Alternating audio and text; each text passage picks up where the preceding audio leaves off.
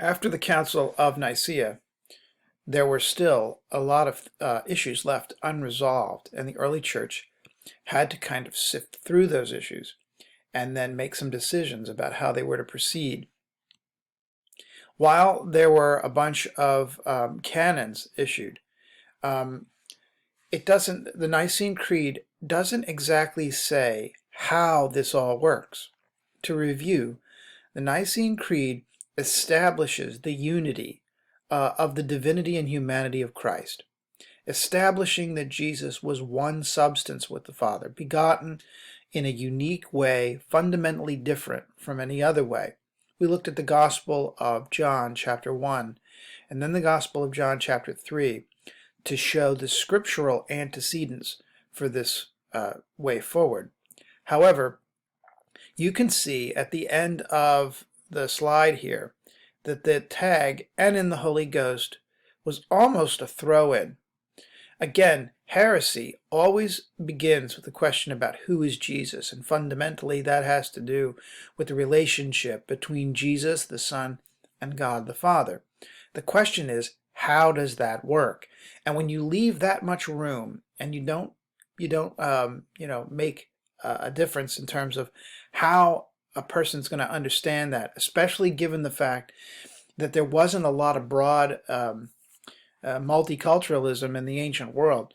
Latin West and Greek-speaking East and Syriac and all of the different dialects and nationalities would have a hard time processing what became a very Greek kind of document in Nicaea. You'll remember that when Constantine establishes the capital of the Roman Empire in the East, he adopts a lot of Greek customs. Latin is still used, of course. However, Greek is the lingua franca in that part of the world. So the fact that they didn't specify how the Son and the Father were of one substance, they only declared it, it left a lot of room. When you get to the Second Council, the Council of if you say Jerusalem is one, the Jerusalem Council in the 40s, and then the Council of Nicaea in the 4th century, the 5th century, the Council of Chalcedon in 451, tries to address the how. How is the Son consubstantial with the Father? How does the Son have this kind of relationship with God the Father? And so out of that, we're going to find they try to put some a little bit better answers to the questions. You can see where Chalcedon is. Nicaea is right here on this terrible map. And here is, that's Constantinople. Chalcedon is up here. At least I hope it is. Sometimes I can hardly see the little writing, but maybe you'll do a better job than I will at seeing that stuff.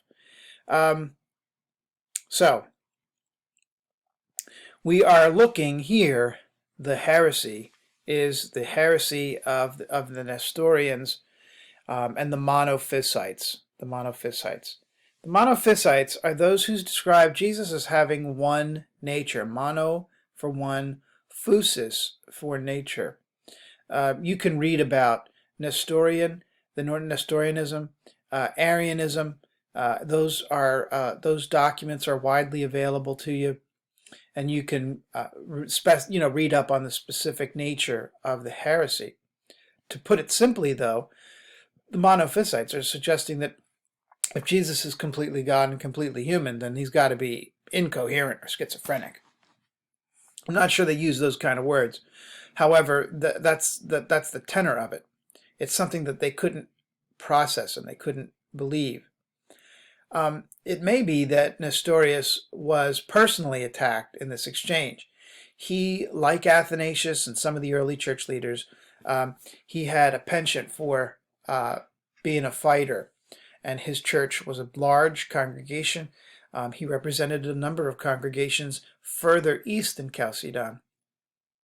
In any attempt, he viewed Jesus' body as human, but his soul having the nature of God. And this is the way that Nestorius and also the Ebionites Ebionites are, I think the term is coming a little bit, but you can look up Ebionites.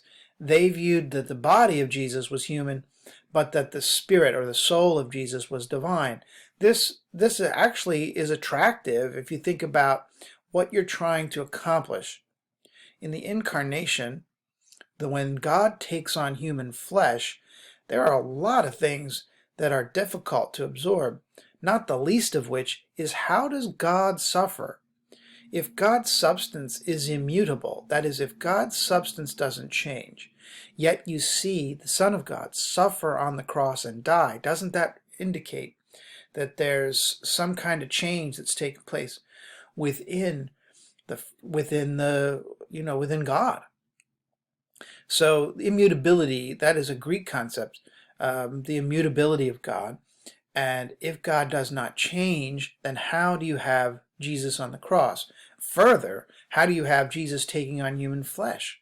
So the way that the Nestorians and the Ebionites solved this problem was to say, well, the human body was the human body, but it's the divine soul that came to inhabit Jesus. You can see perhaps how this lends itself to a Gnosticism, that the material is diminished and the spiritual elevated. So, Nestorius is our guy. He's the reason why we have the Chalcedonian Council in 451. And to me, this is really pivotal, not only in the life of the organization of the church and the way that the church works, but theologically. It takes Scripture and tries to listen to what the Scripture is saying about the nature of Jesus in order to provide some kind of a solution to a really vexing problem. Now, let me see if I can put the problem a little more delicately, or maybe that's not the right word, clearly. Athanasius of Alexandria, he is the one who wrote the little book called On the Incarnation. In that book, he makes a claim. He says that Jesus must be human and that Jesus must be divine, for, Athanasius says, whatever the Son of God does not assume in his nature, in his ministry, cannot be redeemed. Within this, you see, there's this incorporative pattern that Jesus, as the Son, has to come and has to envelop, has to take the aspects of humanity that are broken and lost and sinful and rebellious, and that the Son of God has to take those in human form and wrap them up so as to deliver humanity from the punishment for those misdeeds, from the lostness, from the brokenness, from sinfulness. So Athanasius has a little statement. He says, whatever is not assumed cannot be redeemed. And this puts the question squarely now. If the physical body is something that Jesus inhabits, that is not necessarily related to his being as God, which on the face of it makes complete sense, then there's a whole range of things, you see, that don't necessarily get redeemed in the same way.